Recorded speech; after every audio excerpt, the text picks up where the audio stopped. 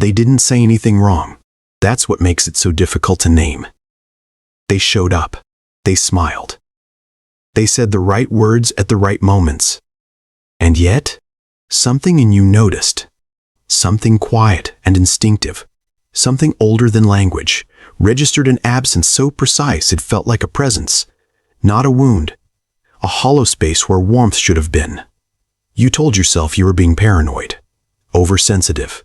That success was making you suspicious of people who genuinely cared for you. So you buried the feeling and moved forward. But the feeling didn't move. It waited. And the longer you ignored it, the louder the silence became. Laozi understood something about human nature that most philosophers refused to touch. He didn't write about grand betrayals or visible enemies. He wrote about water, about emptiness, about the space inside a wheel that makes the wheel function. He understood that the most powerful forces in the world are the ones you cannot see. And he understood that the most dangerous thing in any relationship is not what is said, but what is permanently, deliberately withheld. This is not about hatred. Hatred is honest. Hatred announces itself. This is about something far more subtle, far more corrosive. This is about the person who watches your life improve and feels something shift inside them, something they will never admit, not even to themselves. And because they cannot admit it, it leaks. Not in words, in the absence of words, in the pause before congratulations, in the question they never ask, in the celebration that arrives a little too flat, a little too rehearsed, a little too carefully assembled to feel real. You felt it. You were right to feel it. Here are the silences that reveal everything. The first silence is the missing question. When something extraordinary happens in your life, people who genuinely love you become curious. They ask how. They ask what it felt like. They ask what it felt like. They ask what comes next. Curiosity is love made audible. It means your life matters to them. It means they want to enter your world, even briefly, and understand what you are experiencing. But notice the person who never asks. They hear your news. They respond. They may even say something positive, but they never follow up. They never dig deeper. They never sit with you in the reality of what you've built. Their interest arrives on the surface and goes no further, because going further would require them to inhabit your success, and that is precisely what they cannot bring themselves to do. Laozi wrote that the usefulness of a vessel lies in its emptiness. The person who cannot ask questions has already filled the space between you with something else, something they are not showing you. The second silence is the compliment with no weight. You will know it the moment you hear it. It lands differently. It has the shape of encouragement, but not the substance. Good for you. That's nice. You must be happy. The words are technically correct. They fulfill the social obligation, but they carry nothing. No heat, no genuine recognition, no acknowledgement that what you achieved was difficult or meaningful or worthy of real attention. Real celebration is specific. It names what you did. It reflects it back to you with detail, because detail is proof that someone was actually paying attention. The hollow compliment is general. It could apply to anyone. In a way, it is designed to, because making it specific would require the speaker to truly reckon with your growth, and that reckoning costs them something they are unwilling to pay. Notice how quickly they move on after saying it. Notice how the subject changes. Notice how they redirect attention to themselves, to something neutral, to anything that removes your success from the center of the room. The third silence is the absence during preparation. Before the achievement, before the announcement, before the world knew. Where were they? Resentment rarely announces itself at the moment of success. It was already present in the months before, in the quiet season when you were working and struggling and uncertain. The person who resents your outcome was often absent from your process. They did not ask how the project was going. They did not check in during the difficult stretch. They offered no encouragement when the result was still unclear. This is not coincidence. Somewhere in them, they sensed the trajectory, and rather than invest in your journey, they quietly withdrew. Preserving a distance that would protect them from having to fully celebrate an arrival, they were already, unconsciously, dreading. The fourth silence is the comparison disguised as conversation. They don't attack you. That would be too visible. Instead, they mention someone else. Someone who did something similar, or better, or sooner. They bring up a parallel story that subtly repositions your achievement as unremarkable. They contextualize your success until it shrinks to the size of a coincidence. This is the architecture of diminishment. It requires no malice to execute. It can be delivered with a smile.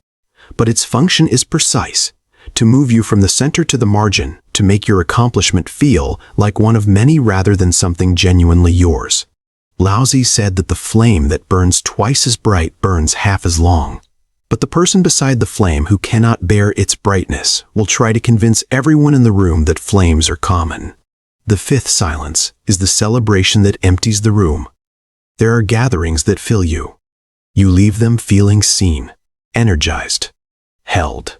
And there are gatherings that, despite every outward appearance of festivity, drain something from you that takes days to recover.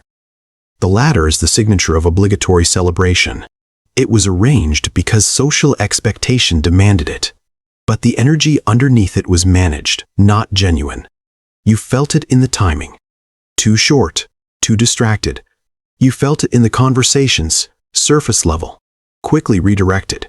You felt it in their eyes when they thought you weren't watching.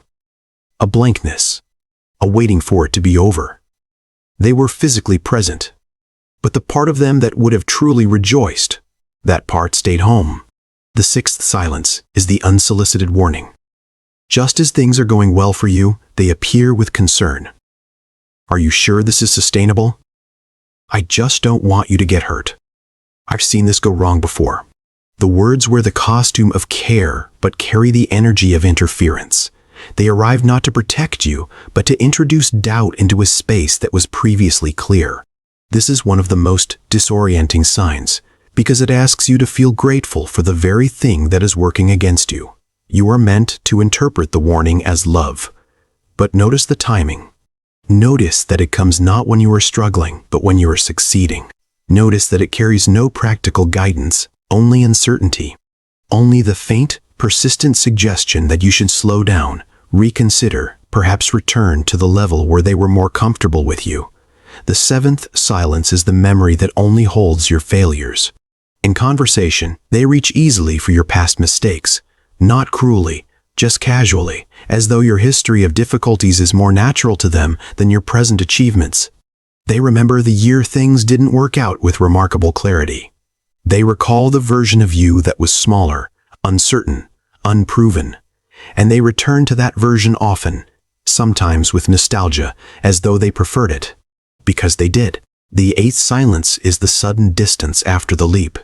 You expected closeness. You imagined that becoming more would draw people towards you, that success would be something you shared. But some relationships cannot survive your elevation. Not because you changed in ways that made you difficult, but because your growth made something visible that was already there. The hidden arithmetic of the relationship, the unspoken agreement that you would remain comparable, manageable, familiar. The distance is not spoken, it is implemented. Slower responses, shorter conversations, a gradual dimming of the contact that once felt easy. They never tell you why. They may not know why, but the equation shifted, and they are adjusting to a version of you they never agreed to. The ninth silence is the one that never breaks. You give them time to say something real, a moment of honesty, acknowledgement, perhaps even an admission of what has moved between you. You leave the door open again and again, and they never walk through it. This is the final and most clarifying sign, because people who truly care for you, even when they are struggling with complex emotions, eventually find their way to you.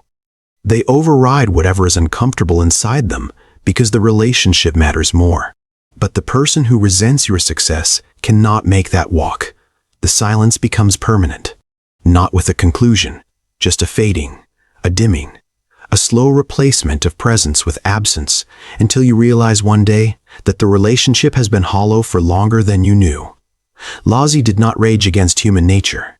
He observed it the way a river observes the stones in its path, without judgment, without surprise, without the illusion that the stones should be something other than what they are.